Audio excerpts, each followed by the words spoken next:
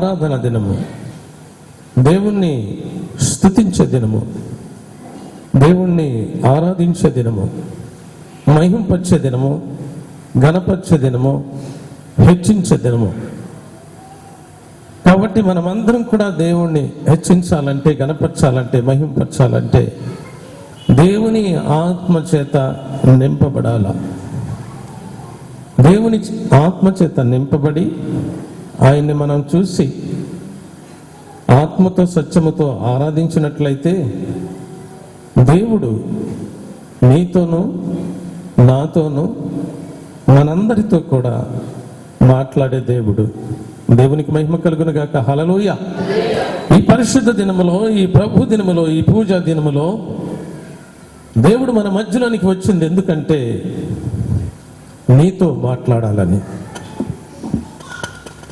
నీతో దేవుడు మాట్లాడాలంటే దేవుణ్ణి నీవు స్తుతించాలా, ఆరాధించాలి, మహిమపరచాలి, ఘనపరచాలా, హెచ్చించాలి. ప్రియులారా,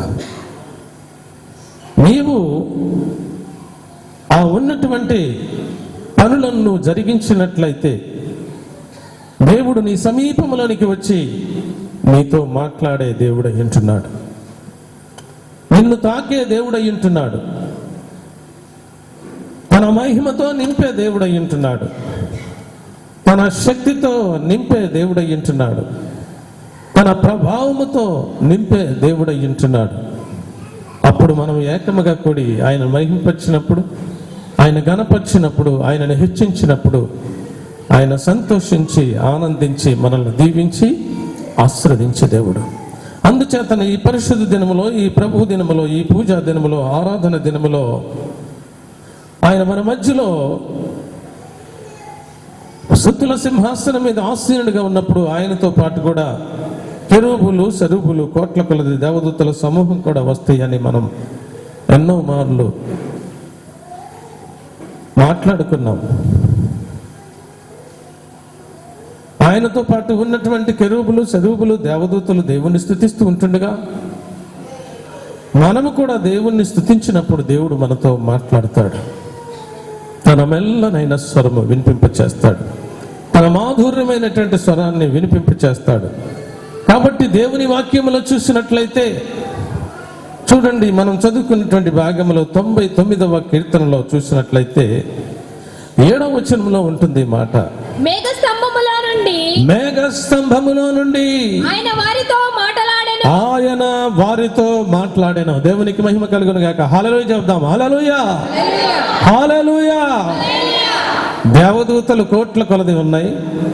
ఇక్కడ ఒక్కరు కాదు, ఇద్దరు కాదు, చాలా మంది ఉన్నాం. మనం దేవుణ్ణి స్తుతించడానికి వచ్చాం, దేవుణ్ణి మహింపరచడానికి వచ్చాం.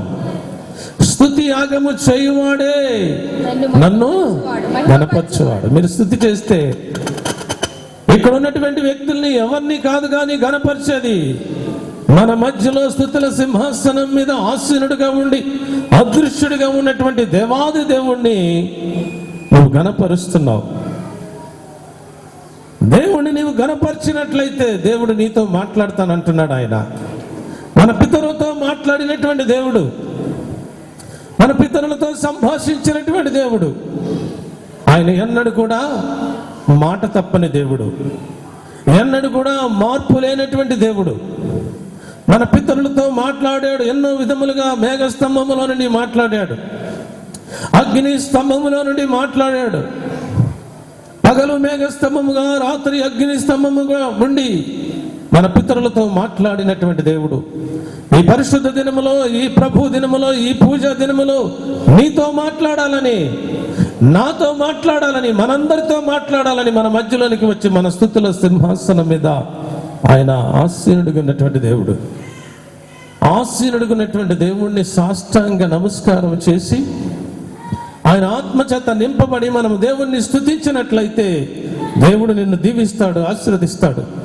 ఒకవేళ నీకు ఏదైనా బలహీనతలు ఉన్నట్లయితే, ఏదైనా అనారోగ్యం ఉన్నట్లయితే, ఏదన్నా సమస్య ఉన్నట్లయితే, ఏదన్నా బాధ ఉన్నట్లయితే దేవుడు నిన్ను దీవించినప్పుడు, ఆశీర్వదించినప్పుడు ఆ సమస్యలన్నీ దూరపరచబడతాయి. పిల్లారా, అందుచేత ఇక్కడ దేవుని వాక్యములు చూసినట్లయితే 7వ వచనములో, మేఘ స్తంభములో నుండి ఆయన వారితో మాటలాడెను, వారు ఆయన శాసనములను అనుసరించరి. దేవునికి మహిమ కలుగును గాక. హల్లెలూయా. ఇశ్రాయేలీయులకు ఏమున్నాయట? శాసనాలున్నాయి, కట్టడలు కూడా ఉన్నాయి. నీతో మాట్లాడాలంటే, నాతో మాట్లాడాలంటే మనతో కూడా దేవుడు శాసనాలు చేస్తా ఉన్నాడు. మనకు కూడా ఒక కట్టడ నియమించాడు. ఇదిగో నా కుమారుడా, నా కుమార్తె, నేను నీతో మాట్లాడాలంటే ఇక్కడ ఉన్నటువంటి శాసనాలన్నిటిని కూడా నేను గైకొనాలా, వాటి ప్రకారం నడుచుకోవాలా, దేవుని ఆత్మ చేత నువ్వు నింపబడాలా, దేవుని శక్తి చేత నింపబడాలా, దేవుని మహిమ చేత నింపబడి దేవుణ్ణి స్తుతించినట్లయితే, దేవుణ్ణి ఆరాధించినట్లయితే, దేవుణ్ణి మహిమపరిచినట్లయితే, దేవుణ్ణి హెచ్చించినట్లయితే, దేవుణ్ణి ఘనపరిచినట్లయితే ఆయన నీతో మాట్లాడతాడు. ఆయన దేవునికి మహిమ కలుగును గాక. హల్లెలూయా. దేవుడు నీతో మాట్లాడాలని ఆశపడుతున్నావా? ఈ పరిశుద్ధ దినములో, ప్రభు దినములో ఎంతమంది మాట్లాడాలనుకుంటున్నారు? ఎంతమంది మేలు పొందుకోవాలనుకుంటున్నారు? ఎంతమంది ఉపకారం పొందుకోవాలనుకుంటున్నారు? ఎంతమంది ఆయన దీవెనలు, ఆశీర్వాదాలు పొందుకోవాలనుకుంటున్నారు? మీరందరూ కూడా చేతులెత్తినటువంటి వారు ఆయన శాసనాలను గైకొంటున్నారా? ఆయన ఆజ్ఞలు అనుసరించి నడుచుకుంటున్నారా? దేవుని భయము కలిగి నడుచుకుంటున్నారా? దేవుని బిడ్డలుగా జీవిస్తూ ఉన్నారా? దేవుని కుమారులుగా, దేవుని కుమార్తెలుగా జీవిస్తూ ఉన్నారా? దేవుని మాట విని ఆయన ప్రకారం నడుచుకున్నట్లయితే ఈ పరిశుద్ధ దినములో, ఈ ఆరాధన సమయములో నీతో మాట్లాడడానికి, నీతో నీ ప్రక్కనే వస్తా ఉంటున్నాడు ఆయన. నీకు సమీపంగా వస్తాడు ఆయన. నా కుమారుడా, నీతో మాట్లాడాలని ఆశ కలిగి వచ్చాను. నువ్వు నా శాసనములు గైకొంటున్నావా? నా ఆజ్ఞలను అనుసరించి నీవు నడుచుకుంటున్నావా? నడుచుకున్నట్లయితే నీతో మాట్లాడతా నేను అంటున్నాడు. అందుచేత ఇక్కడ చూసినట్లయితే మన పితరులతో దేవుడు మాట్లాడినట్లుగా ఎన్నో వాక్యాలు మనకు తెలుసును ప్రియులారా. అంటున్నాడు చూడండి, మొదటిగా అబ్రహామును పిలుస్తున్నాడు దేవుడు. ఆదికాండము 12వ అధ్యాయం 1వ వచనములో చూసినట్లయితే అబ్రహాముతో దేవుడు మాట్లాడుతూ ఉన్నాడు. అబ్రహామా, అబ్రహామా అని పిలుస్తా ఉన్నాడు. దేవునికి మహిమ కలుగును గాక. హల్లెలూయా. అబ్రహామా, అబ్రహామా అని పిలుస్తా ఉన్నాడు దేవుడు. అబ్రహామును పిలిచినప్పుడు ఆయన మాట విని ఆయన మాటలు గైకొంటున్నాడు అబ్రహాము. ఇది నాన్న నిన్ను పిలవాలంటే, నీ దగ్గరికి వచ్చి నీతో దేవుడు మాట్లాడాలంటే ఆయన మాటలు నీ వినాలా? ఆయన మాటలు నువ్వు వినాలంటే దేవుని ఆత్మ చేత నీవు నింపబడాలా? దేవుని శక్తి చేత, దేవుని మహిమ చేత నింపబడాలా పిల్లారా? అప్పుడు నీతో మాట్లాడతాడు ఆయన. ఆయన శాసనాలన్నిటినీ కూడా నీకు తెలియజేస్తాడు. ఆయన లేఖన సత్యాలన్నిటినీ కూడా నీకు తెలియజేస్తాడు. ఆయన ఆజ్ఞలన్నిటినీ కూడా నీకు తెలియజేస్తాడు. వాటన్నిటినీ నువ్వు గైకొన్నట్లయితే నీతో మాట్లాడతాడు. నా కుమారుడా, నా కుమార్తె అని. అదిగో అంటున్నాడు అక్కడ, అబ్రహామా, అబ్రహామా. ఆదికాండము 12వ అధ్యాయం 1వ వచనం చదువుకుందాం. నీవు లేచి నీ దేశము నుండి, నీ బంధువుల యొద్ద నుండి, నీ తండ్రి ఇంటి నుండి బయలుదేరి నేను నీకు చూపించిన దేశమునకు వెళ్ళుము. నిన్ను గొప్ప జనముగా చేసి నేను నిన్ను ఆశీర్వదించుతానంటున్నాడు. దేవునికి మహిమ కలుగును గాక. హల్లెలూయా. నిన్ను ఆశీర్వదించాలంటే, నిన్ను దీవించాలంటే, నిన్ను క్షేమము, కాపుదల, కృప, దయ, కనికరము అవన్నీ నీకు కావాలంటే నువ్వు ఆయన మాట వినాలా? దేవుడు పిలుస్తూ ఉన్నాడు ఈ దినాన, పరిశుద్ధ దినములో నీతో మాట్లాడాలని ఆశపడుతున్నాడు. అబ్రహామును పిలిచినట్లుగా నిన్ను పిలుస్తూ ఉన్నాడు. అబ్రహామా, నేను చెప్పే సంగతులు వింటావా? గైకొంటావా? దాని ప్రకారం నడుచుకుంటావా? నిన్ను గొప్పగా దీవిస్తానయ్యా, నిన్ను ఆశీర్వదిస్తాను. నువ్వు సందేహపడనవసరం లేదు. ఈ పరిశుద్ధ దినములో, ప్రభు దినములో ఉన్నటువంటి వాక్యం ఇచ్చున్నటువంటి సహోదరుడా, సహోదరి, దేవుడు నీతో మాట్లాడాలని ఈ దినాన ప్రత్యేకముగా మన మధ్యలోనికి వచ్చాడు ఆయన. మహిమ స్వరూపుడుగా వచ్చాడు, ఆత్మ స్వరూపుడుగా వచ్చాడు. నీతో మాట్లాడాలి, నిన్ను దీవించాలి, నిన్ను ఆశీర్వదించాలి, నీ కుటుంబాన్ని దీవించాలి, ఆశీర్వదించాలని మాట్లాడుతున్నాడు. అలనాడు మన పితరులతోనంట మేఘస్తంభములో నుండి ఆయన వారితో మాట్లాడాడట. ఆనాడున్న దేవుడు ఈనాడు కూడా ఏం చేస్తున్నాడంటే, ఆయన అలనాడు మేఘస్తంభములో నుండి మన పితరులతో మాట్లాడాడు. ఈ దినాన్న మన స్తుతుల సింహాసనం మీద ఆత్మస్వరూపుడుగా అదృశ్యుడిగా ఉండి నీతో నాతో మాట్లాడుతూ ఉన్నాడు దేవుడు. అలనాడు మోసేతో మాట్లాడాడు దేవుడు, అలనాడు అబ్రహాముతో మాట్లాడాడు దేవుడు, అలనాడు ఇస్సాకుతోను యాకోబుతోను ఒక మనుష్యుడు మాట్లాడినట్లుగా ముఖాముఖిగా మాట్లాడినట్లుగా దేవుని వాక్యములో చూడగలము ప్రియులారా. ఎంత గొప్ప ధన్యత వారికి దేవుడిచ్చాడు, ఎంత గొప్ప భాగ్యము దేవుడు వారికి ఇచ్చాడు, ఎంత కృపనిచ్చాడు, ఎంత కనికరం చూపించాడు వారి మీద. నీ మీద కూడా అంత దయ చూపించాలని, నీ మీద కూడా అంత కనికరం చూపించాలని, నీ మీద కూడా అంత ప్రేమ చూపించాలని, నిన్ను దీవించాలని, నీ కుటుంబాన్ని దీవించాలని, నీ బిడ్డలను దీవించాలని, నీకు ఇచ్చిన సమస్తాన్ని కూడా దీవించాలని పరిశుద్ధ దినములో, ప్రభు దినములో, పూజ దినములో ఆయన సియోనులోనికి మనము స్తుతులు చెల్లించినప్పుడు ఆయన మన మధ్యలోనికి వచ్చి మన స్తుతుల సింహాసనం మీద ఆసీనుడిగా ఉండి, నా కుమార్తె, నా కుమారుడా, నీతో నేను మాట్లాడాలి. ఇవాళ మాట్లాడతావా నాతో? నువ్వు నాతో మాట్లాడతావా? నువ్వు నాతో మాట్లాడినట్లయితే నేను నీతో మాట్లాడతా, గూఢమైన సంగతులు నీకు తెలియజేస్తానంటున్నాడు, మర్మాలన్నిటినీ నీకు తెలియజేస్తానంటున్నాడు, నిన్ను దీవిస్తానంటున్నాడు, నిన్ను ఆశీర్వదిస్తున్నాడు. కాబట్టి ఈ పరిశుద్ధ దినములో దేవుని వాక్యములు చూసినట్లయితే నిర్గమకాండము 33వ అధ్యాయము 9వ వచనములో చూద్దాం. మోసే గుడారములోనికి పోయినప్పుడు మేఘస్తంభము దిగి ఆ గుడారమందు ద్వారమందు నిలిచెను. దేవునికి మహిమ కలుగును గాక. హల్లెలూయా, హల్లెలూయా, హల్లెలూయా. మోసేనంట ఏం చేశాడట? గుడారములోనికి వెళ్ళినప్పుడు ఆ గుడారం మీదకి ఏమొచ్చిందంట? మేఘస్తంభం వచ్చిందంట. ప్రియులారా, ఆ గుడారం మీదకి మేఘస్తంభం వచ్చిందట. ఎంత గొప్ప ధన్యత మోసే అక్కడ ఉన్నప్పుడు. నీవు నేను దేవుని సన్నిధిలో సియోనులో ఆరాధించడానికి వచ్చినప్పుడు మన మధ్యలోనికి స్వయంగానే ఆ మహిమ, ఆ ప్రభావం మన మధ్యలోనికి వచ్చి ఆత్మస్వరూపుడైనటువంటి దేవాది దేవుడు మన స్తుతుల సింహాసనం మీద ఆసీనుడిగా ఉన్నాడు. ఆయన ఆ యొక్క మహిమ మేఘము ఆ గుడారం మీదకి వచ్చిందట. వచ్చినప్పుడట మేఘములో నుండి అక్కడ ఉంటుంది ఆ మాట, యెహోవా దేవుడు మోసేతో మాటలాడుచుండెను.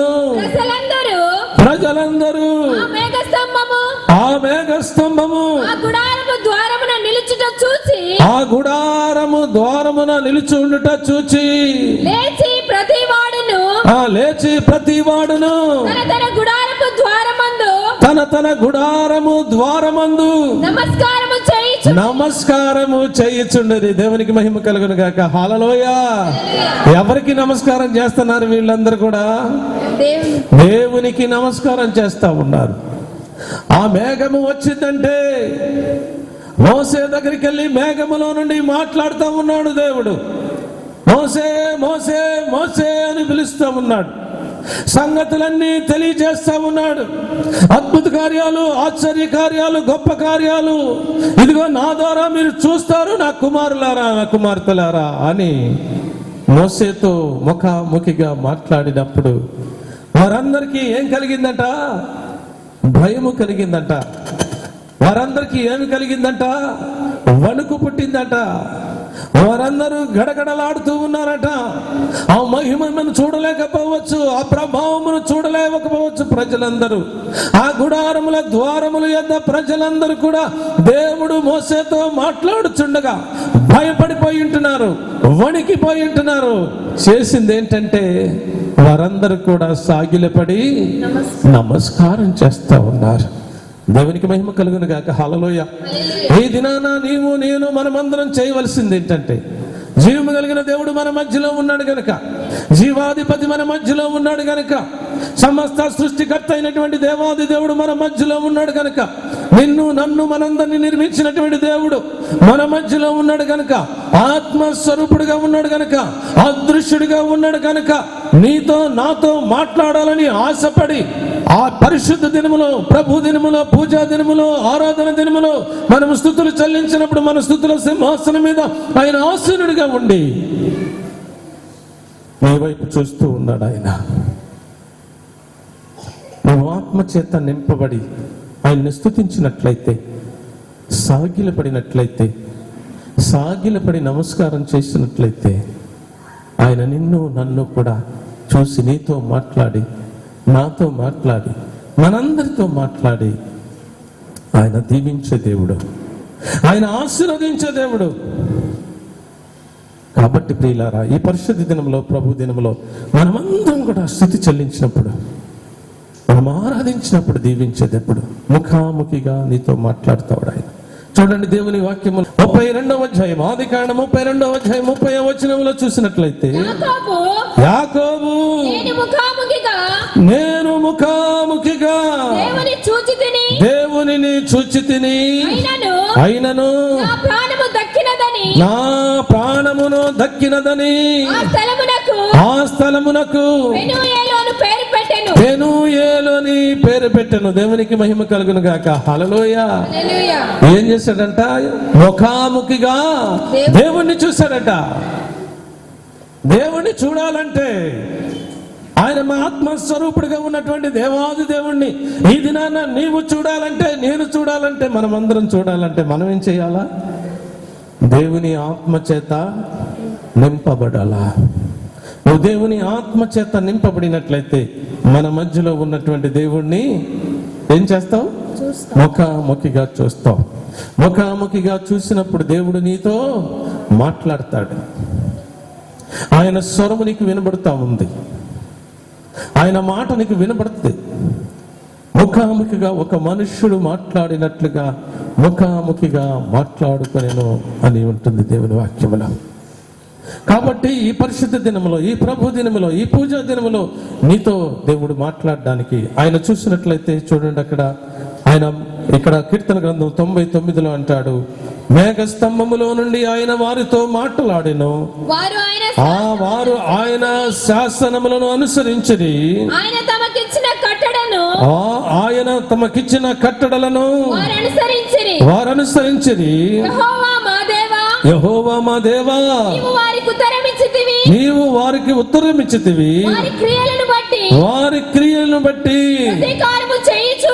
ప్రతీకారము చేయుచునే చాలు. వారి విషయములలో పాపము పరిహరించు దేవుడు ఉంటున్నావు అని చెప్పబడుతుంది. ప్రియులారా, ఇక్కడ చూసినట్లయితే వారితో మాట్లాడుతూ ఉన్నాడు. వారి పాపాలన్నీ పరిహరించినటువంటి దేవుడు, వారి దోషాలన్నింటినీ దూరపరిచినటువంటి దేవుడు, వారి అపవిత్రతనంతటిని తీసివేసిన దేవుడు, ఆయన పరిశుద్ధుడైన ప్రకారముగా ఆ వారిని కూడా పరిశుద్ధపరిచినటువంటి దేవుడు, వారిని ముఖాముఖిగా చూసి మాట్లాడేటటువంటి దేవుడు. నీవు కూడా ఈ పరిశుద్ధ దినములో, ఈ ప్రభు దినములో ఆయనతో నీవు ముఖాముఖిగా మాట్లాడడానికి ఆయన మన మధ్యలోనికి వచ్చాడు. ప్రియులారా, నిర్గమకాండము 33వ అధ్యాయం 1వ వచనంలో చూసినట్లయితే, మరియు యెహోవా మోసేతో ఇట్లనెను, మోసేతో మాట్లాడుతూ ఉన్నాడు. ప్రియులారా, మోసేతో ఇట్లనెను, నీవు ఐగుప్తు దేశంలో నుండి తోడుకొని వచ్చిన ప్రజలను బయలుదేరి నేను అబ్రహాముతోను ఇస్సాకుతోను యాకోబుతోను ప్రమాణము చేసి నీ సంతానమునకు దీనినిచ్చదనని చెప్పిన పాలు తేనెలు ప్రవహించే దేశమునకు లేచి పొండని చెప్తా ఉన్నాడు. దేవునికి మహిమ కలుగును గాక. హల్లెలూయా. ఒక క్షేమమైనటువంటి స్థలాన్ని, ఒక దీవెనకరమైనటువంటి స్థలాన్ని, ఒక ఆశీర్వాదకరమైనటువంటి స్థలము గురించి మోసేతో మాట్లాడుతూ ఉన్నాడు. మోసేతో తన ప్రజలతో మాట్లాడుతూ ఉన్నాడు. ఇదిగో మిమ్మల్ని బానిసత్వము నుండి విడిపించాను, పాపము నుండి విడిపించాను, శాపము నుండి విడిపించాను, బంధకాల నుండి విడిపించాను, చీకటి నుండి విడిపించాను, ఆశ్చర్యకరమైనటువంటి వెలుగులోనికి మిమ్మల్ని తీసుకెళ్లాలని చేయాలని నేను ఆశపడుతూ ఉన్నాను. పాలు తేనెలు ప్రవహించే దేశంలోనికి మిమ్మల్ని తీసుకుని వెళ్ళి మిమ్మల్ని దీవించాలని, మిమ్మల్ని ఆశీర్వదించాలని, మిమ్మల్ని ప్రయోజకులు చేయాలని, మిమ్మల్ని అభివృద్ధి చేయాలని నేను ఆశపడుతున్నాను మోసే అని మోసేతో మాట్లాడుతున్నటువంటి దేవుడు ఈ దినాన ప్రత్యేకంగా నీతో మాట్లాడాలని ఆశపడుతూ ఉన్నాడు. సీయోనులోకి నువ్వు వచ్చినట్లయితే, ఆత్మచేత నింపబడి ఆయనను చూసినట్లయితే, ఆయనతో మాట్లాడినట్లయితే, ఆయన నిన్ను దర్శించి నీతో మాట్లాడి నిన్ను దీవించాలని, నిన్ను ఆశీర్వదించాలని ఆయన ఆశపడుతూ ఉన్నాడు. ఈ పరిశుద్ధ దినములో, ఈ ప్రభు దినములో, పూజా దినములో చూసినట్లయితే చూడండి, ఇక్కడ సంఖ్యాకాండములో చూసినట్లయితే 12వ అధ్యాయంలో 5వ వచనం, యెహోవా మేఘస్తంభములో దిగి ప్రత్యక్షపు గుడారము యొక్క ద్వారము యొద్ద నిలిచి అహరోను మిరియాములను పిలిచెను. దేవునికి మహిమ కలుగును గాక. హల్లెలూయా. మేఘస్తంభములో నుండి ఆయన దిగాడట. ఎవరిని పిలిచాడట? అహరోన్ని పిలిచాడట, మిరియాని కూడా పిలిచాడట. దేవునికి మహిమ కలుగును గాక. హల్లెలూయా. ఎందుకు పిలిచుంటాడంటారు? దాని కింద ఉంది, మీరు ఇంటికి వెళ్ళినాక చదువుకోండి ఎందుకు పిలిచాడో, వారు ఏం చేశారో, ఎందుకు పిలిచాడో, ఏమేమి ఇచ్చాడో, ఏం ప్రైజులు ఇచ్చాడో. కాబట్టి ప్రియులారా, దేవుడు వారితో మాట్లాడుతూ ఉన్నాడు. నీవేం చేసావు, నువ్వెక్కడున్నావు, ఏ విధంగా ఉన్నావు అని మాట్లాడుతున్నటువంటి దేవుడు, అందరిని ఎరిగినటువంటి దేవుడు, అందరినీ చూస్తున్నటువంటి దేవుడు, అందరితో మాట్లాడాలని ఆశపడుతున్నటువంటి దేవాది దేవుడు అయ్యుంటున్నాడు. ప్రియులారా, ఆ దేవాది దేవుడు మన మధ్యలోనికి వచ్చి మన స్తుతుల సింహాసనం మీద ఆసీనుడిగా ఉన్నాడు. నువ్వు ఏం కావాలని కోరుకుంటున్నావు? దేవుని మాట విన్నట్లయితే దేవుని దీవెనలు, దేవుని ఆశీర్వాదాలు, దేవుని మేలులు పొందుకుంటావు. దేవుని స్తుతించినట్లయితే ఆ ఆశీర్వాదాలన్నీ నీకు అనుగ్రహింపజేసి వెళతాడు దేవుడు. దేవుని మాట వినకపోయినట్లయితే, ఇక్కడ అహరోను మిరియాము ఏమి పొందుకున్నారో ఒక దినాన మనం మాట్లాడుకుందాం. దేవుని మాట విన్నట్లయితే, దేవుని చిత్తాన్ని గ్రహించినట్లయితే, దేవుని చిత్త ప్రకారం నడుచుకున్నట్లయితే, దేవుని ఇష్ట ప్రకారం నడుచుకున్నట్లయితే ప్రియులారా, గొప్ప దీవెనలు, గొప్ప ఆశీర్వాదాలు దేవుడిస్తాడు. ఈ పరిశుద్ధ దినములో, ఈ ప్రభు దినములో చూసినట్లయితే 99వ కీర్తన 7వ వచనములో అంటున్నాడు, ఆయన చదువుకుందాం. మేఘస్తంభములో నుండి ఆయన వారితో మాట్లాడెను, వారు ఆయన శాసనములను అనుసరించిరి, ఆయన తానికిచ్చినటువంటి కట్టడను వారు అనుసరించిరి. దేవునికి మహిమ కలుగును గాక. హల్లెలూయా. మేఘస్తంభములో నుండి నీతో మాట్లాడినట్లు, మోసేతో మాట్లాడినట్లుగా మన మధ్యలో ఉన్నటువంటి దేవుడు మనతో మాట్లాడటానికి ఈ పరిశుద్ధ దినములో, ఈ ప్రభు దినములో ఆయన మన మధ్యలోనికి వచ్చాడు. పిల్లారా, నీతో మాట్లాడి నిన్ను సంతోషింపచేసి, నిన్ను ఆనందింపచేసి, నిన్ను దీవించి, నిన్ను ఆశీర్వదించాలని ఆయన మన మధ్యలోనికి వచ్చాడు. ఈ పరిశుద్ధ దినములో, ప్రభు దినములో మనం చేయవలసిన పని ఏంటంటే, ఆత్మ చేత నింపబడిన వారై, దేవుడు ఆత్మ కనుక ఆయనను ఆరాధించువారు ఆత్మతోనూ సత్యముతోనూ ఆరాధించాలని ఆయన కోరుకుంటున్నాడు. కనుక మనమందరం కూడా ఆత్మ చేత నింపబడిన వారమై దేవుణ్ణి ఆరాధించుదాం. దేవుడి కొద్ది మాటలు దీవించి ఆశీర్వదించును కాక. ఆమేన్. చిన్న ప్రార్థన చేసుకుని ఆరాధన చేద్దాం. పరిశుద్ధుడైన తండ్రి, జీవము కలిగిన యేసయ్య, నీ ఘన పాదాలకు వందనాలు, స్తుతులు, స్తోత్రాలు. దేవుడు ఆత్మ కనుక ఆయనను ఆరాధించువారు ఆత్మతో సత్యముతో ఆరాధించాలని కోరుకుంటున్నటువంటి దేవాది దేవుడు కాబట్టి స్తోత్రం. మా మధ్యలోనికి వచ్చి మా స్తుతుల సింహాసనం మీద ఆసీనుడిగా ఉండి మాతో మాట్లాడాలని, మిమ్మల్ని దీవించాలని, మిమ్మల్ని ఆశీర్వదించాలని మా మధ్యలోనికి వచ్చిన దేవా, మీకే స్తోత్రములు. మమ్మల్ని అందరినీ కూడా మీ ఆత్మ చేత నింపి, ఆత్మతో సత్యముతో మిమ్మల్ని ఆరాధించి, స్తుతించి, గణపరిచి, మహింపరిచి, హెచ్చించే భాగ్యం నాకు మాకు అనుగ్రహింపచేసి మా అందరి ద్వారా మీరే ఘనత మహిమ పొందుకుంటారని యేసయ్య పరిశుద్ధ నామములో స్తుతించి పెట్టుకుంటున్నాం పరమ తండ్రి. ఆమేన్.